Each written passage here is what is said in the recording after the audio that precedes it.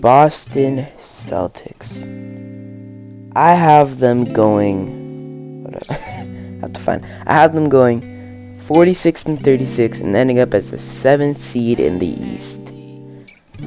Boston. We could say that they're the Raptors' enemies. You could say that they're the Lakers' enemies. You could say that they're the Sixers' enemies. You could say that they're the Heat's enemies. You could say that they're the Bucks' enemies. You could say that they're the Cavs. My point is, they have a lot of enemies, especially over the past few years. They've faced the Sixers, Raptors, and Bucks, Heat, and Cavs numerous times, and won. And the only team, actually, no, I'm not gonna do that. This video isn't about the Raptors. The only team that hasn't beaten them, because the Heat beat them, Bucks beat them, Cavs beat them, Sixers, they didn't, and the Raptors didn't. But where was I going with this? And the Nets beat them too. Anyways, my point is, the Celtics have a lot of enemies. Their starting line's probably going to be something like Dennis Schroeder, Marcus Smart, Jaylen Brown, Jason Tatum, Al Horford. There are a lot of things to talk about with this team. I'm going to start with Jason Tatum. Tatum looks like he looked like he was putting in work in the offseason, so I'm kind of excited to see what he does this year. People saying he might have an MVP year is a bit of a stretch, but he's definitely going to have an improved season compared to what he did last year.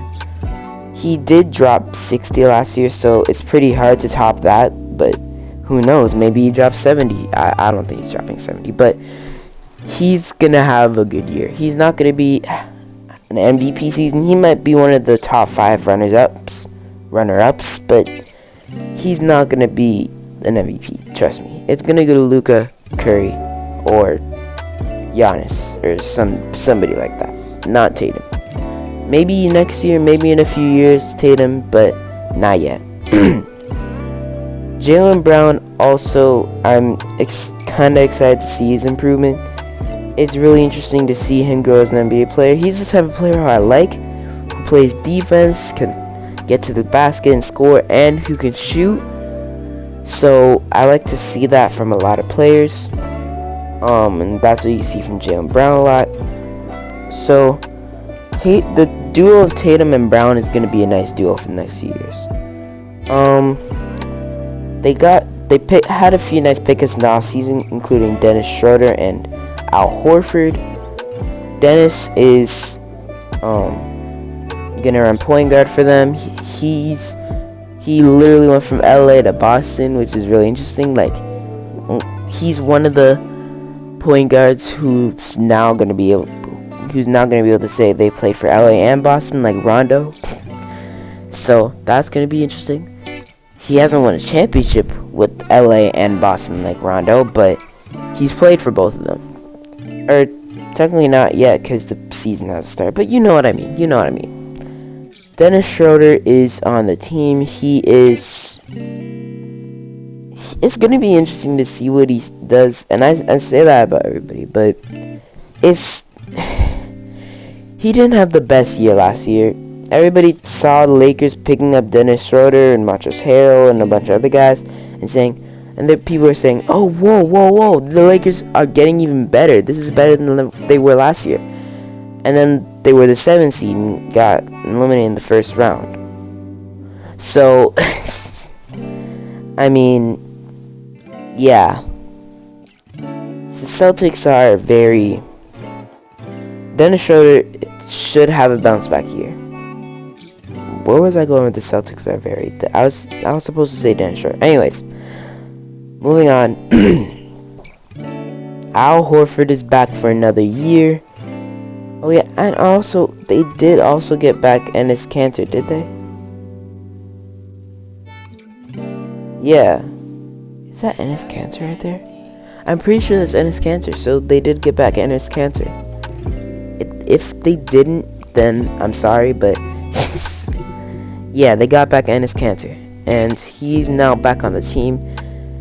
They also got Josh Richardson, who could help with the wing defense and taking the load off, the scoring load a bit off of Jaylen Brown and Tatum. So that's going to be interesting to see. Peyton Pritchard is in his second year. He's going to probably improve a bit. Al Horford is back. He's not going to be as good as he used to be, of course, but he's still going to be decent. And of course, they did lose Kemba Walker. And Kemba Walker was a pretty important piece in this team in 2020.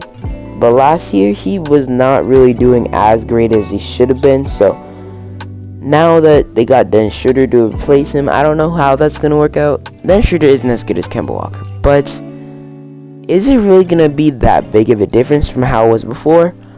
I don't know. Who knows? I was about to say I hope this team is good. I don't. Robert Williams is another interesting guy to talk about. He brings a bit of the defense, the big defense off the bench. They let go of Tristan Thompson, by the way, and got Enes Kanter and Al Horford. So the big defense with Robert Williams is especially going to be come in handy there, because Enes Kanter isn't really great defensively, and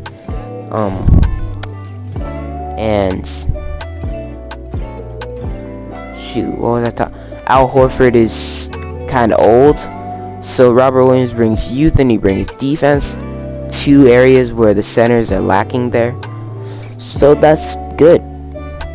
And yeah, I don't really know what else to say about this team, man. Like, it's the Celtics.